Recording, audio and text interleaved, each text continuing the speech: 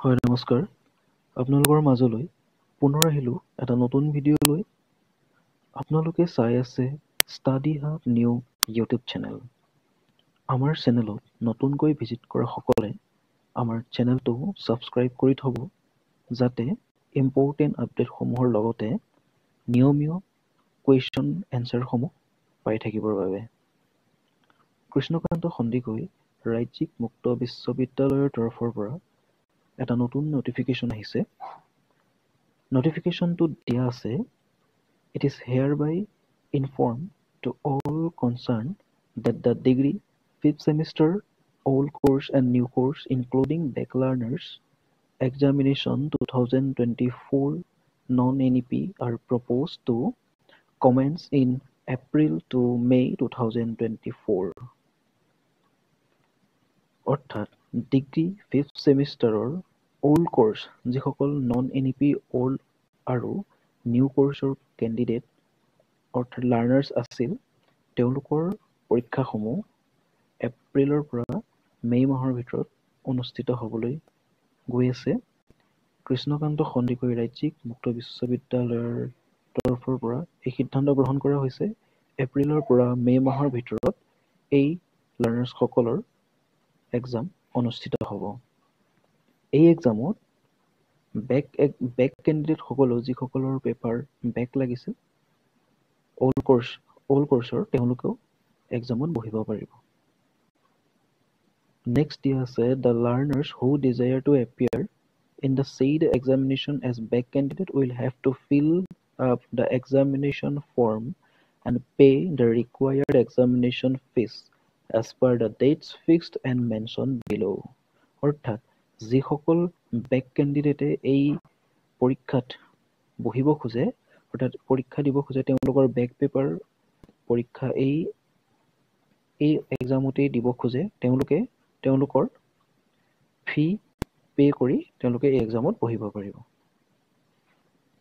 Last date দিয়া আছে 25/2/2025 without fine আৰু 5/3/2025 উইথ ফাইন। অৰ্থাৎ 25 ফেব্ৰুৱাৰীৰ আগতে যিসকলে পে কৰিব তেওঁলোকে কোনো ফাইন দিব নালাগে, আৰু 25 ফেব্ৰুৱাৰীৰ পিছত অৰ্থাৎ 5/3/2025 অৰ্থাৎ 5 মাৰ্চৰ আগত যিসকলে পে কৰিব তেওঁলোকে ফাইন দিব লাগিব। 25 ফেব্ৰুৱাৰীৰ পিছৰ পৰা যিসকলে পে কৰিব তেওঁলোকে ফাইন সহ পে কৰিব লাগিব।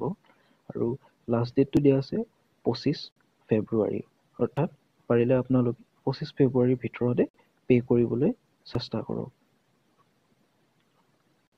নেক্সট পেৰাগ্ৰাফটো দিয়া আছে, প্লিজ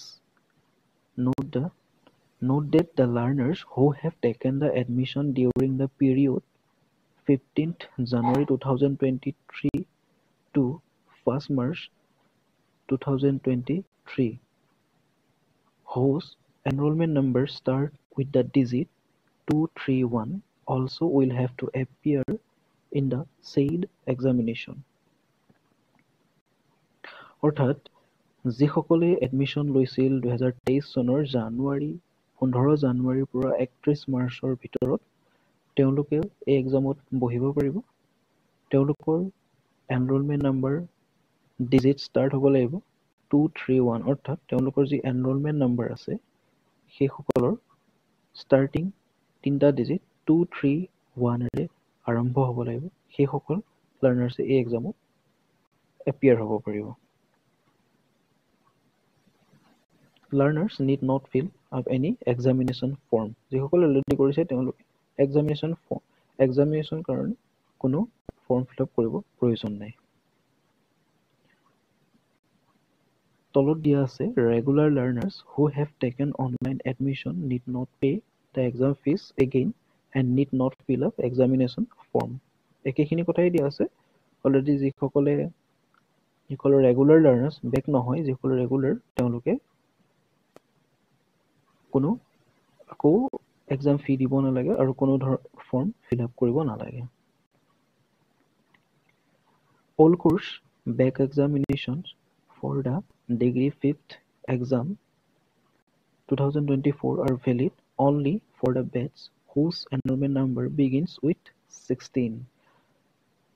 অৰ্থাৎ যিসকলৰ 16 অৰ্থাৎ এনৰোলমেণ্ট নাম্বাৰ 16ৰে আৰম্ভ হৈছে, প্ৰথম দুটা digit 16 all course back examination, যিসকলে বেক এক্সাম দিব খোজে তেওঁলোকৰ এনৰোলমেণ্ট নাম্বাৰটো 16ৰে আৰম্ভ হ'ব লাগিব, সেইসকল লাৰ্ণাৰ্ছে এই এক্সামত বহিব পাৰিব।